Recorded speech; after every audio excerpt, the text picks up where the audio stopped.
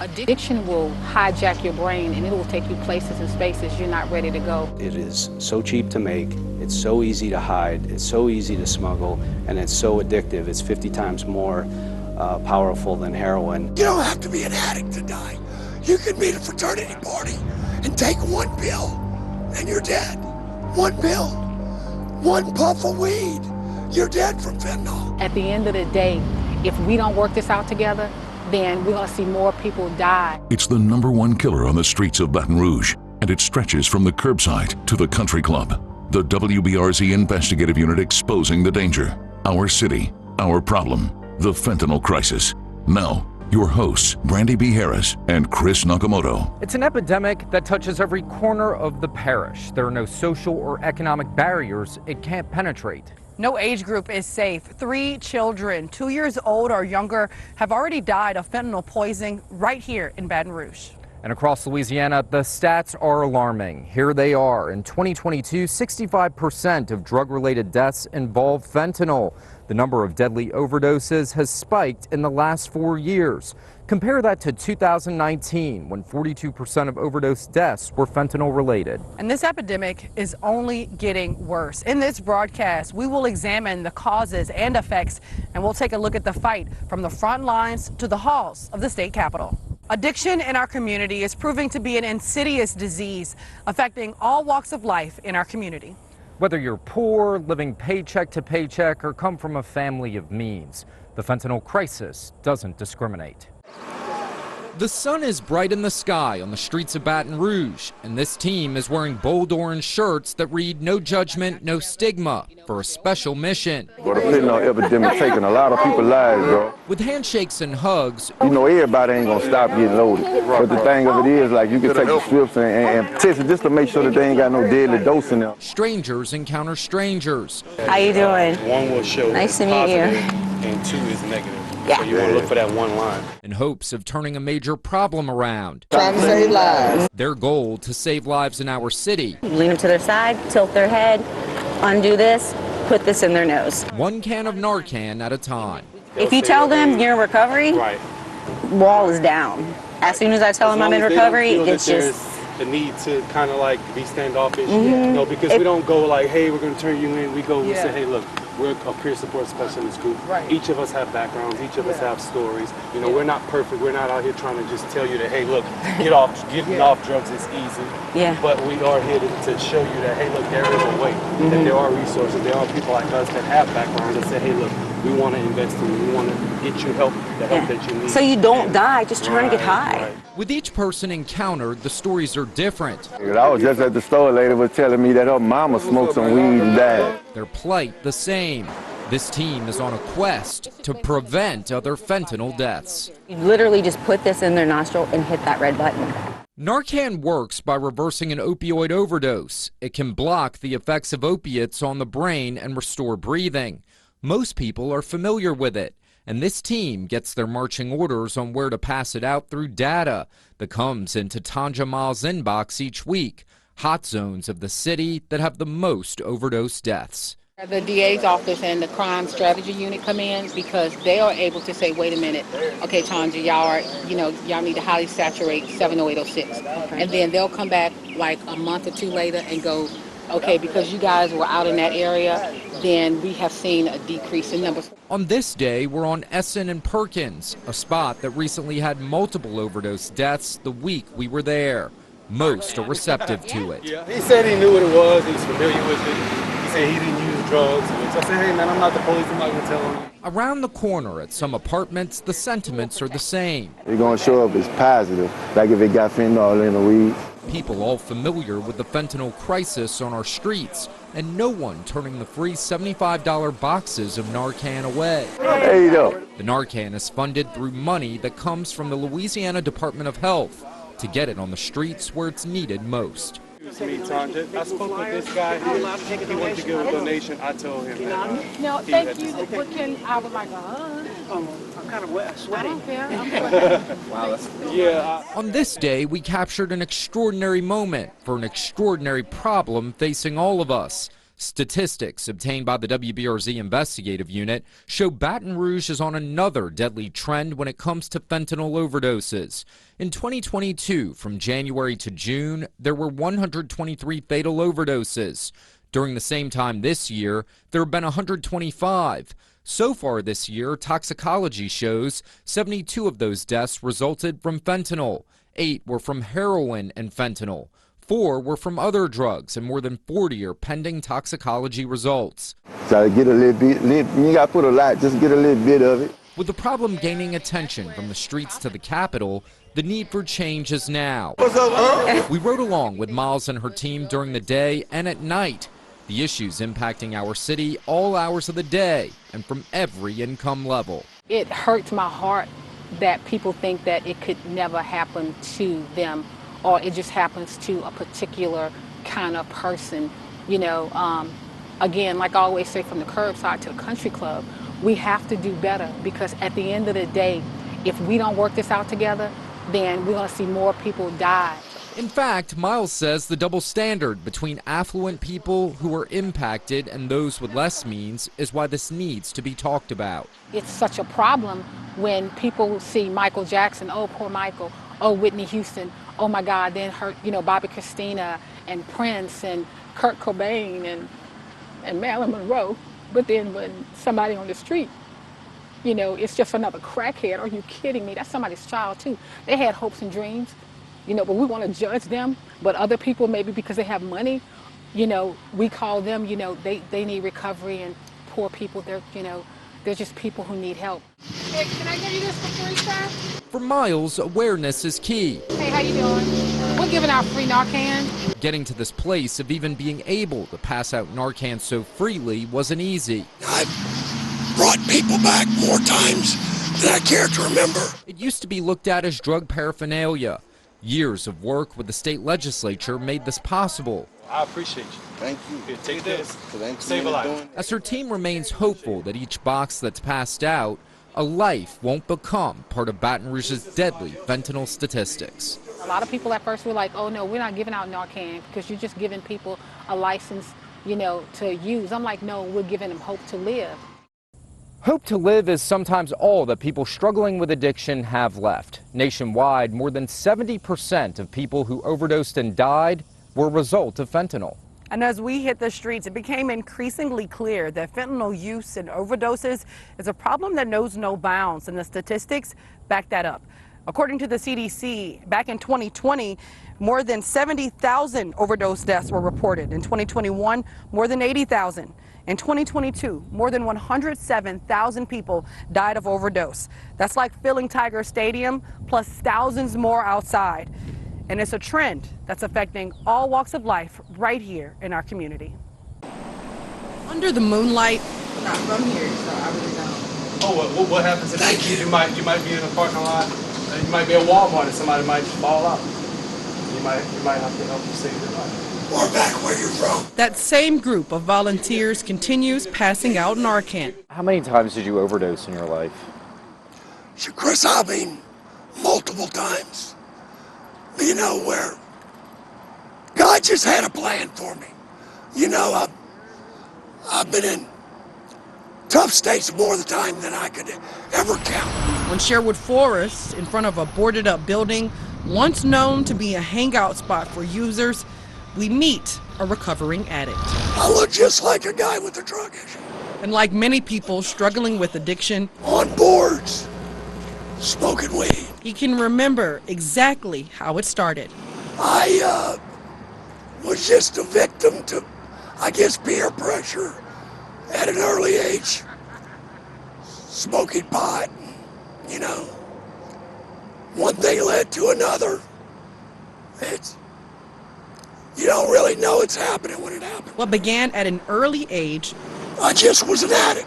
turned into nearly 4 decades of substance abuse. Well, obviously, in the beginning, I didn't have many problems with it, and as my addiction progressed, it got, bad pretty quick. Then I was aware I had a problem in my early 20s and sought help for it. You have a last name that many people know.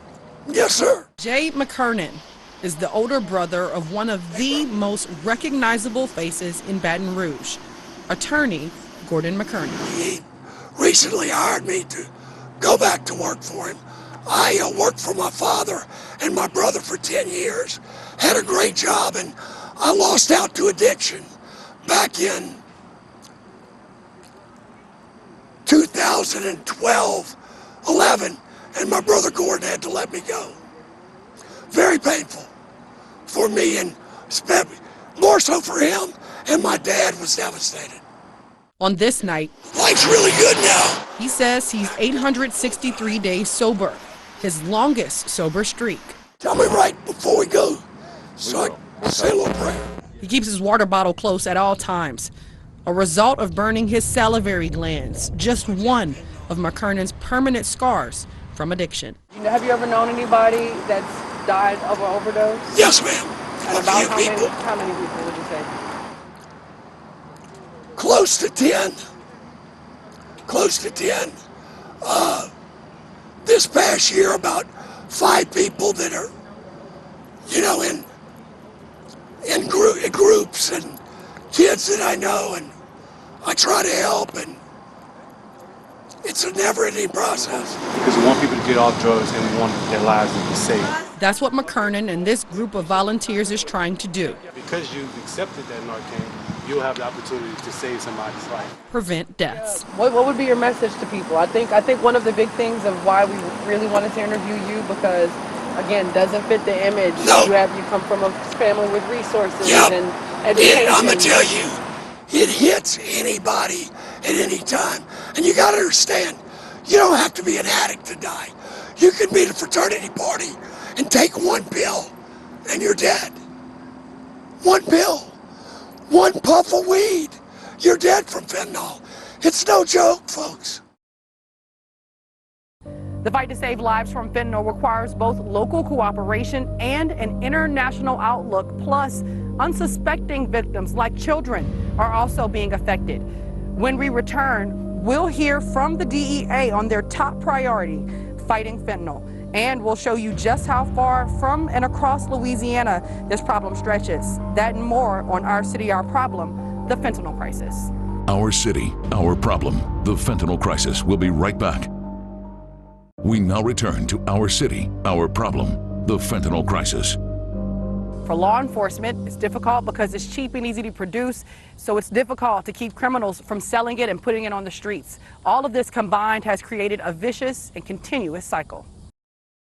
The fentanyl crisis is the most devastating drug crisis that we've seen definitely in my 20 years and beyond for all of the Drug Enforcement Administration with the fentanyl, because it is so cheap to make. According to the DEA, the fight to stop the fentanyl crisis requires an international approach with a special focus on cartels. Our number one priority is to attack this problem and to defeat the cartels that are spending all of their resources and their time to make money by smuggling and shipping the fentanyl into the United States. It's like a scene ripped straight from Netflix's Narcos. This is a multi-billion-dollar business that for these ruthless criminal organizations that really don't care other than how do they make more money. The Sinaloa cartel, formerly led by El Chapo and now his son, and CJNG, the Jalisco New Generation cartel, are the two main criminal organizations funneling fentanyl into the states. You may not see what it is that could harm you. Veteran agent Stephen Holfer says fentanyl is cheap to make and yields huge profits. Fentanyl is so cheap that essentially these cartels can buy the chemicals that come from a different country, say China, have it shipped into Mexico, they receive it, they then mix the chemicals, precursors, into be fentanyl. And then they can dry it into a powder, they can press it into a pill that looks exactly like oxycodone or Xanax. This costs pennies to do. Once it's smuggled into the U.S., it's on the streets with huge profits for local dealers, smugglers, and ultimately the cartel. They can sell those pills individually for $5, $10, $15, $30 a piece. So it's just driven by the profits, the massive amounts of profits that they can make day in and day out, with no care in the world for the addiction or the poisonings that come on the back end. Locally, It's a battle. the DEA works with area agencies on drug busts like this one in June, where they confiscated more than $80,000 and 3,000 lethal doses of pressed fentanyl pills. You just have to be so careful. Nationwide, in spring 2023, the DEA conducted Operation Overdrive to take fentanyl off the streets in 54 of the most overdose-ridden communities. That included Baton Rouge. At the conclusion of that 4-month operation, here at the Baton Rouge office, we were able to seize almost 50 guns and enough fentanyl that would kill the entire population of Baton Rouge 7 or 8 times over. But unlike other drugs, this is not only a battle against addiction, but a constant fight to prevent poisonings, which sometimes are accidental. Like this fatal overdose on Villa Ashley Drive one early morning in May. WBRZ has previously reported on at least 2 children who died of fentanyl poisonings, 2-year-old Mitchell Robinson III and Solomon Thomason. Other times, people die when taking what they thought was something else. Maybe some fake pills that look like Xanax or oxycodone, or if it's mixed in with some other illicit drugs like cocaine or heroin, or even when it gets mixed in or sprayed or dried with marijuana, then people don't know that they're ingesting fentanyl. People who are not, or who don't have a history of opioid use, are actually overdosing on fentanyl, and they're being poisoned. That's exactly what Dr. Jan Laughinghouse is seeing at Capital Area Human Services. Things have worsened considerably.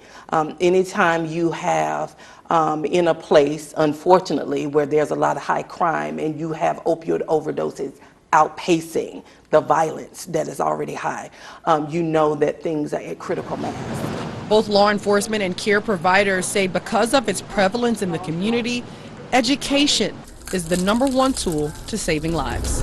We are finding that people are working in silos and working, but it has to be a concerted effort. A rising tide lifts all boats, and so we need to put all our effort together and row in the same direction at the same time.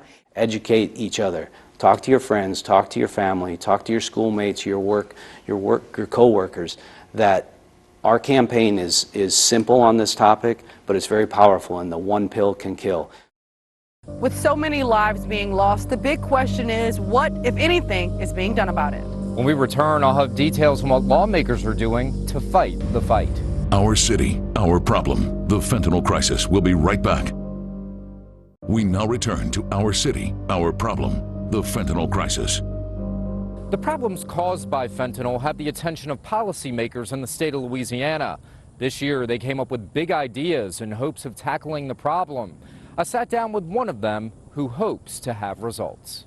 Because I've been there. You know what I'm saying? I know exactly what it all is. As soon as I tell them I'm in recovery, it's just... What's up, huh? It's going to show up as positive, like if it got fentanyl in the weed. From the front lines of the war on fentanyl on our streets. Weed, marijuana. So people can test it rather than just smoke it and then drop it. To the halls of the Louisiana State Capitol. I called the Sheriff's Association about doing something more with fentanyl. State Representative John Stefanski recognizes the need. You send a clear message to rein in a problem that is causing Louisiana residents to die.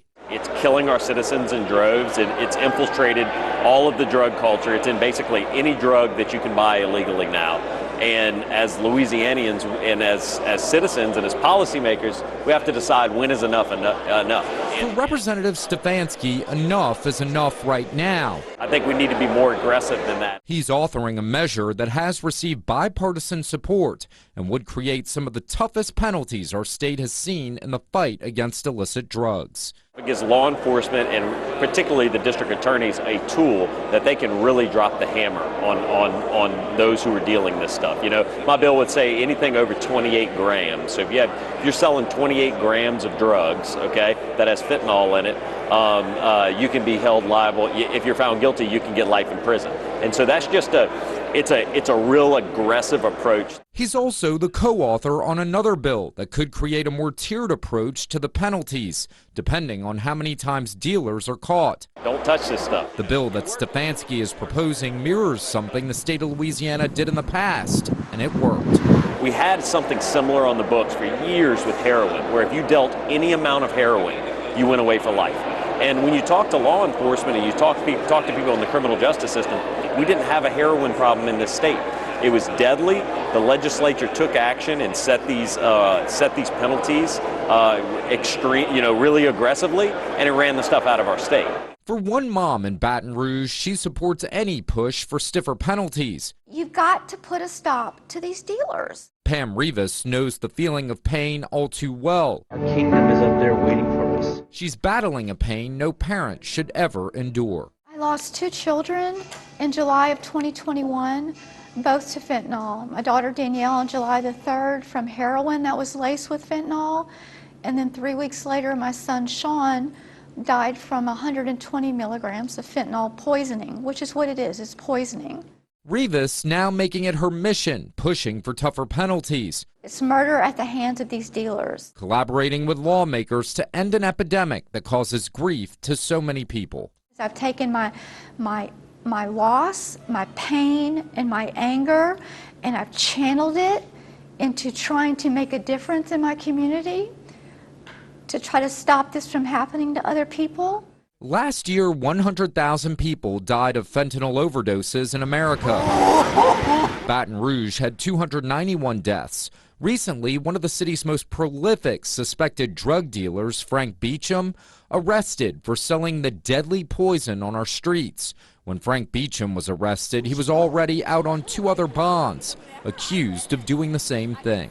When you really look at fentanyl and you look at the effect it has on our citizens and the citizens of the United States, it's just so deadly and it's so serious. I mean, if you're 18 to 45 right now, the most likely reason you're going to die is fentanyl. And I mean, that should scare everybody. And I just think we need to be tackling this and going after the fentanyl epidemic with the level of aggression as it's killing our citizens. Stefanski believes if tougher penalties were in place, Beecham wouldn't have been able to continue getting arrested for allegedly doing the same thing. We need to get really, really aggressive because that's what's going to send the chilling effect and the message to drug dealers in this state.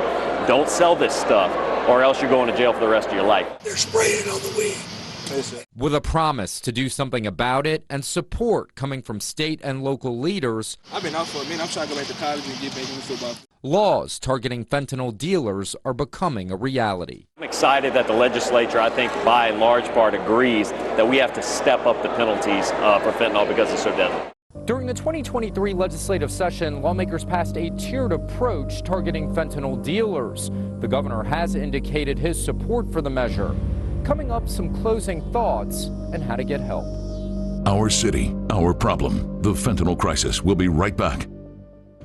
We now return to Our City, Our Problem, the fentanyl crisis. As you can see, the problem is just as complicated as the solutions, but help is available. We've included links on our website, how to spot signs of an addiction, what to do in case of an emergency, and who to contact if you need help. Whether it's Tanja Miles and her team helping one person at a time, or law enforcement working to get dealers off the streets. Or state lawmakers at the Capitol creating policies to lock the poison peddlers away. We're all in this together. It's our city, our problem.